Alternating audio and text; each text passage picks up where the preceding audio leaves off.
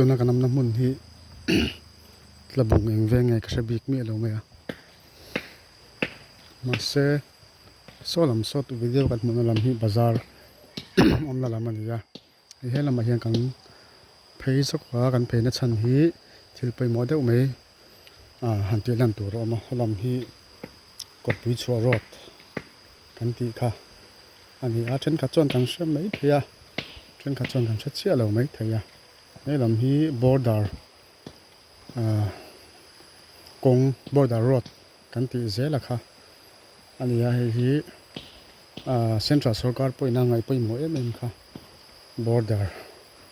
ram ri a chengte ram ri a omte le insum don ton na thlengin in kalpo na kong ngai poi mo em ma chu wang chon hei kor pi chua rot to hi kong tha em nei ani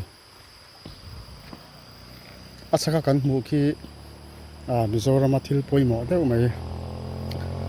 tam takena kan la hriat ngai lo le chen chu kan to mai theya building sen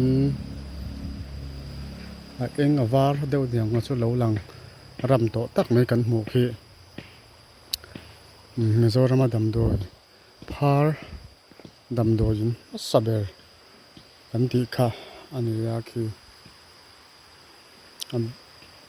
antik atangin gen rau san kan fe chi lova tuna tak he chuan mi nam to lo phar nam to lo nia ngai ni a nge ni emo an kher to lo anin en kol kher to lo te po ani ve thei ani ai kong atang hian ti hian hoi chawila leprosi hospital ti ki la kian la win tara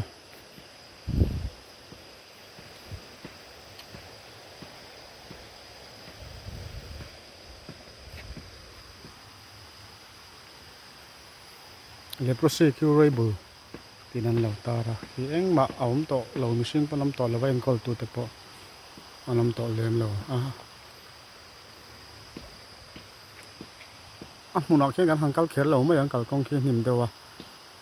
thì anh một thấy rất thèm cả sữa lại hi cảnh cầu hun der cảnh lộ các chuan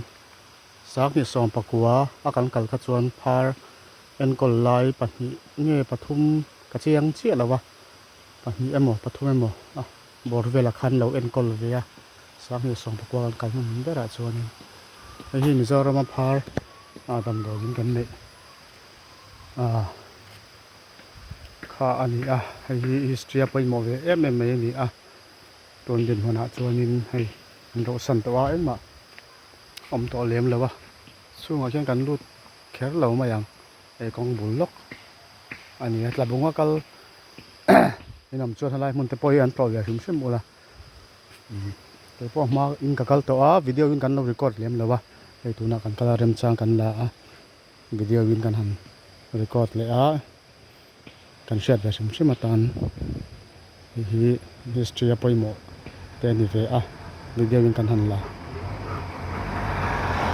lo kan ni te na kan ni na kan lo share ve sim sim atan he la ya gen he tian so lam so bazar